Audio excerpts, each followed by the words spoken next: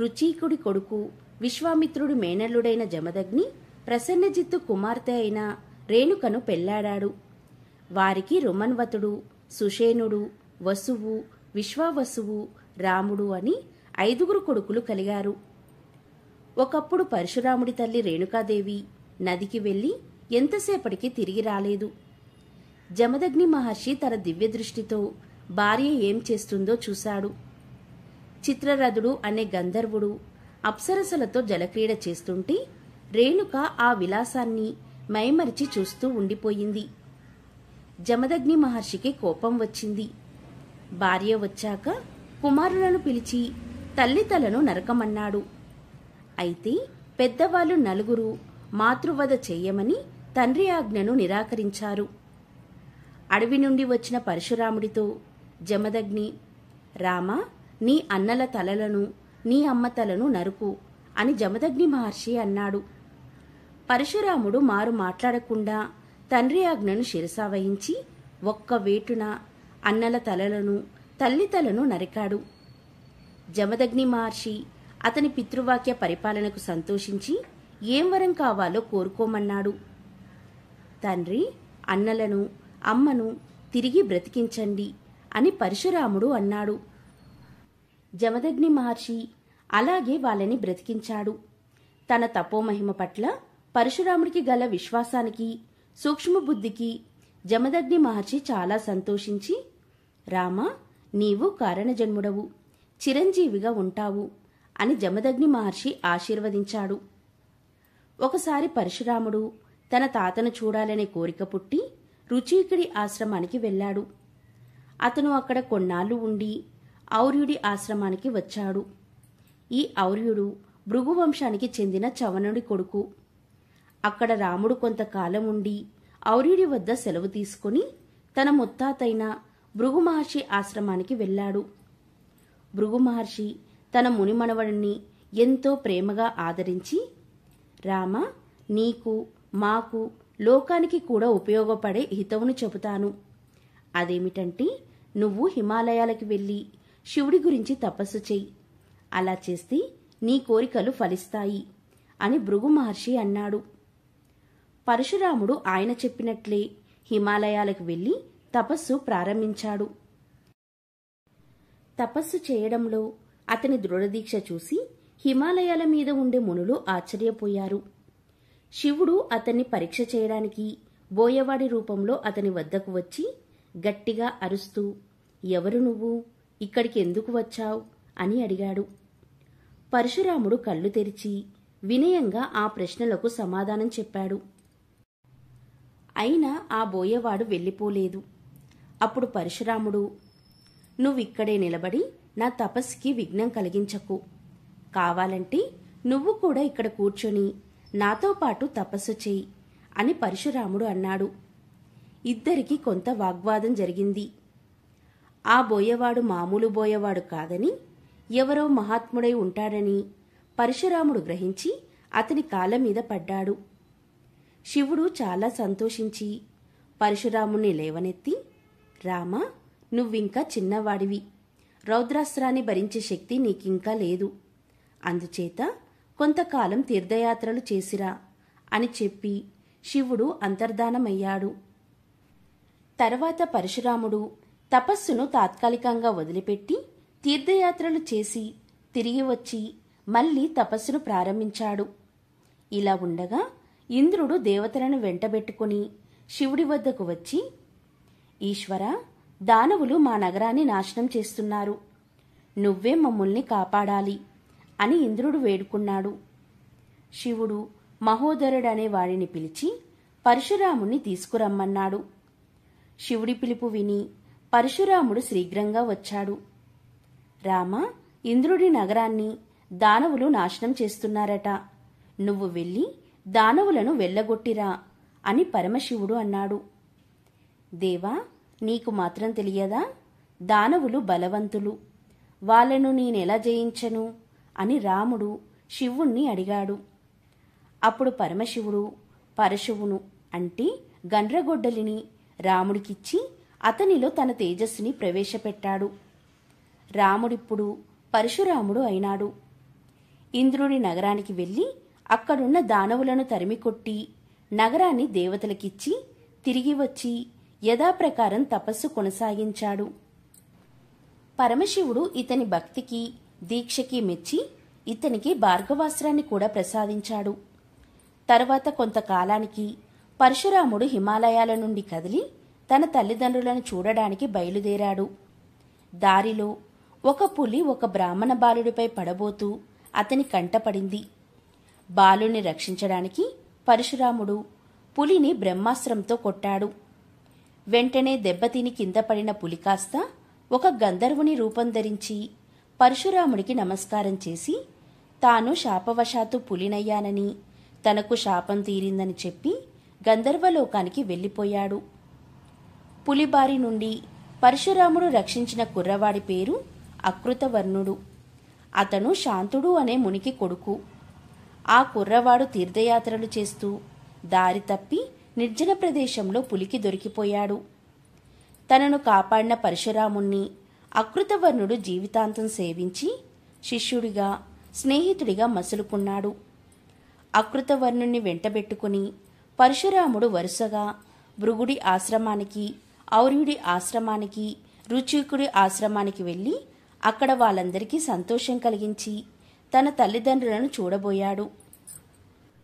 ఒకనాడు కార్తవీర్యార్జునుడు విజయయాత్ర ముగించి తన రాజధాని మాహిష్మతి నగరానికి వెళ్తున్న దారిలో జమదగ్ని మహర్షి ఆశ్రమం ఉన్నది. అప్పుడు రాజు, తన పరివారం, సైన్యాలు ఆకలితో ఉన్నారు. జమదగ్ని మహర్షి కామధేనువు అంశగల తన హోమధేనువు మూలంగా వారందరికీ విందు ఏర్పాటు చేశాడు. ఆ ఆవు ఏది కావాలంటే అది ఎంతమందికైనా ఇస్తుంది.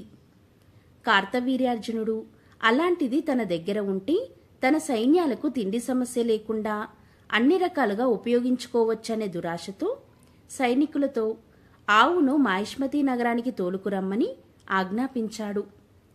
అడ్డు వచ్చిన జమదగ్ని మహర్షిని సైనికులు నేలకు తోసి ఆవును ఈడ్చుకు వెళ్లారు. పడిపోయిన జమదగ్ని మహర్షి మరణించినట్టే ఉండిపోయాడు. రేణుకాదేవి భర్త దగ్గర ఏడుస్తున్నది. అప్పుడే అరణ్యాల నుండి పరశురాముడు ఆశ్రమానికి వచ్చాడు. జరిగింది తెలుసుకుని గండ్రగొడ్డలిని ఎత్తి జులిపిస్తూ వెనుదిరిగి చూడకుండా మాహిష్మతి నగరానికి పరిగెత్తాడు. అంతలో భృగు మహర్షి ఎక్కడ్నుండో వస్తూ జమదగ్ని ఆశ్రమానికి చేరాడు. రేణుకను ఓదార్చి జమదగ్ని మహర్షిలో నుండి పోతున్న ప్రాణాన్ని తన యోగశక్తితో నిలబెట్టి బ్రతికించాడు. ఇంతలో మాహిష్మతి నగరానికి తోలుకుపోయిన ఆవును కోరిన వాటిని ఆశ్రమంలో ఇచ్చినట్టుగా రాజధానిలో ఇవ్వలేదని సైనికులు కొడుతున్నారు. సరిగ్గా ఆ సమయానికే పరశురాముడు ప్రళయరుద్రుడై అక్కడికి వచ్చాడు. సైనికులు కాస్త పారిపోయారు. ఆవును పరశురాముడు ఆశ్రమానికి వెళ్ళు అన్నట్టుగా తట్టాడు. దేనువు ఉరకలు వేస్తూ వెళ్ళిపోయింది. వెంటనే పరశురాముడు రాజప్రాకారం ముందుకు వెళ్ళి, ఓ రాజా, సంరక్షకుడివై ఉండవలసిన రాజు దుర్మార్గుడు అయినప్పుడు శిక్షించక తప్పదు. మేడ దిగి ఇవతలికిరా అని పరశురాముడు కేకవేశాడు. కార్తవీర్యార్జునుడు మొదట పరశురాముణ్ణి సాధారణ మునికుమారుడు అనుకున్నాడు. కాని అతడి దాటి తెలిసాక 1000 చేతులతో ఎదుర్కొన్నాడు. ఇద్దరికి ద్వంద్వయుద్ధం సాగింది. రాముడి మీదికి ఇతర క్షత్రియులు వచ్చి యుద్ధం చేసి చనిపోయారు. అలా చనిపోయిన వారిలో మత్స్యరాజు, నిషాదరాజు, మగధరాజు, విదర్భరాజైన సోమదత్తుడు ఉన్నారు. అలాగే కన్యాకుబ్జరాజు, సౌరాష్ట్రరాజు, అవంతికి చెందిన వీరులు ఒక్కసారిగా రాముడి మీదికి వచ్చి అతని మీద బాణవర్షం కురిపించారు. కాని రాముడు ఆ బాణాలన్నింటినీ విరిచి వారందరినీ చంపేశాడు. తర్వాత సుచేంద్రుడనే రాజు రాముడి మీదికి యుద్ధానికి వచ్చి అతని మీద శివుడి త్రిశూలాన్ని విసిరాడు. అయితే అది కాస్త పుష్పమాలై రాముడి మెడలో పడింది. ఆ క్షణంలో రాముడికి కాలి కనిపించి ఆగ్నేయాస్త్రం వేస్తే సుచేంద్రుడు చనిపోతాడని చెప్పింది. సుచేంద్రుడు ఆగ్నేయాస్త్రంతో చనిపోయాక అతని కొడుకు పుష్కరాక్షుడనేవాడు రాముడితో యుద్ధం చేసి చనిపోయాడు. ఇంతమంది చనిపోయాక కార్తవీర్యార్జునుడు యుద్ధానికి స్వయంగా వచ్చి త్రిశూలంతో రాముణ్ణి మూర్ఛపోగొట్టాడు. రాముడు పడిపోయాడు. దేవతలంతా వచ్చారు. వారి వెంట వచ్చిన పరమశివుడు రాముణ్ణి సంజీవనితో బ్రతికించాడు. రాముడు లేచి శివకవచం పట్టించి కార్తవీర్యునిపైన బాణం వేసేసరికి అతని తల బద్దలైపోయింది. కార్తవీర్యార్జునుడు మొండిబోదలాగా కూలిపోయాడు. అప్పుడు అతనికి శాపవశంతో పుట్టిన చక్రపురుషుణ్ణని గుర్తుకు వచ్చింది. పరశురాముడు విష్ణువే అని తెలిసి మనసులోనే దండం పెట్టుకుని దేహం చాలించి వెళ్లి సుదర్శన చక్రంలో లీనమయ్యాడు. తరువాత పరశురాముడు ఇంటికి వచ్చి తన తండ్రి క్షేమంగా ఉండడం చూసి తాను చేసింది చెప్పాడు. అందుకు జమదగ్ని మహర్షి, నాయనా, మునులమైన మనకు ఇది తగని పని. అందుకు పరిహారంగా నువ్వు తపస్సు చేయాలి అని జమదగ్ని మహర్షి అన్నాడు. అప్పుడు పరశురాముడు, తండ్రి, రాజు అధర్మపరుడు అయినప్పుడు శిక్షించవలసిన అర్హత అందరికీ ఉంది. నీ ఆనతి కనుక నేను తపస్సు చేస్తాను, కాని ప్రాయశ్చిత్తంగా కాదు అని పరశురాముడు చెప్పి అరణ్యానికి పోయి తపస్సులో నిమగ్నుడయ్యాడు. ఇలా ఉండగా కార్తవీర్యార్జునుని 1000 మంది కుమారులు హైహై క్షత్రియులందరినీ కూడగట్టుకుని జమదగ్ని మహర్షి ఆశ్రమం మీదికి విరుచుకుపడ్డారు. అప్పుడు జమదగ్ని మహర్షి నిశ్చలంగా తపస్సు సమాధిలో ఉన్నాడు. రేణుకాదేవి ఎలుగెత్తి రామా రామా అని 21 సార్లు పిలిచింది. హైహైలు జమదగ్ని తలను నరికేశారు. రేణుక 21 సార్లు గుండెను బాదుకుంటూ భర్త మొండంపై పడి విలవిలా విలపించి సొమ్మసిల్లి కింద పడింది. జమదగ్ని మహర్షి తల దొర్లుకుంటూ దూరంగా పోయి రాళ్ల మధ్య చిక్కుకుంది. రాజపుత్రులు ఆశ్రమాన్ని తగలబెట్టారు. ఆ మంటల్లో రేణుక భర్త కళేబరంతో కలిసి కాలిపోయింది. అరణ్యంలో తపస్సు చేస్తున్న పరశురాముడికి జ్ఞానభంగం అయ్యింది. తల్లి పిలుపు 21 సార్లు చెవిలో మారుమోగినట్లు వినిపించింది. మనసు కీడు శంకించింది. వెంటనే ఆశ్రమానికి చేరుకున్నాడు. చూస్తే ఆశ్రమం తగలబడిపోతున్నది. తల్లి తండ్రి మసి అయ్యారు. హైహై సైనికులు ఆశ్రమవాసులని, వారించవచ్చిన పరిసర జానపద జనుల్ని అమానుషంగా చిత్రవద చేస్తున్నారు. పరశుని ప్రసాదించిన శివుణ్ణి ధ్యానించి పరశురాముడు గొడ్డలిని తీసి ఒక జ్వాలలాగా లేచాడు. ముళ్ల పొదల్ని నరికినట్లుగా అందిన వారినందరినీ హతమార్చాడు. రాళ్ల మధ్య పడి ఉన్న జమదగ్ని తలను తీసి, తండ్రి, కన్నీరు కూడా రాకుండా నా గుండె జ్వలించిపోతున్నది. క్షత్రియుల రక్తంతో నీకు తర్పణం చేస్తాను.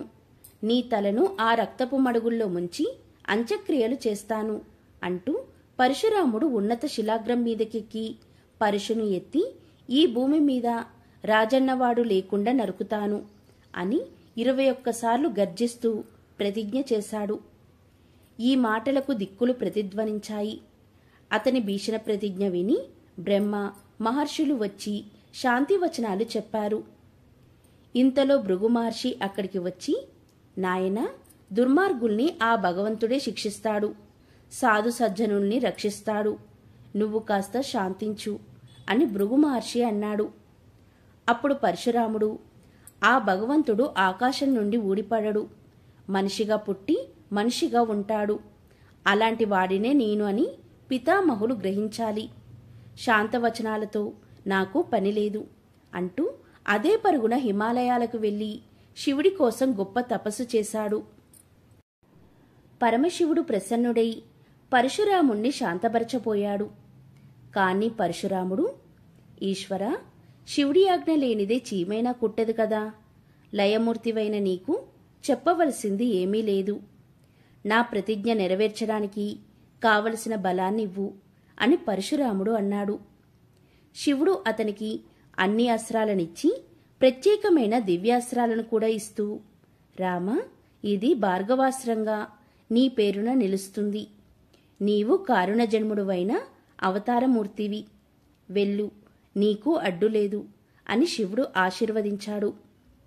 పరశురాముడు గోలోకంలో విష్ణువు మరొక రూపంలో ఉండే కృష్ణుని ధ్యానించి కృష్ణ కవచాన్ని పొందాడు.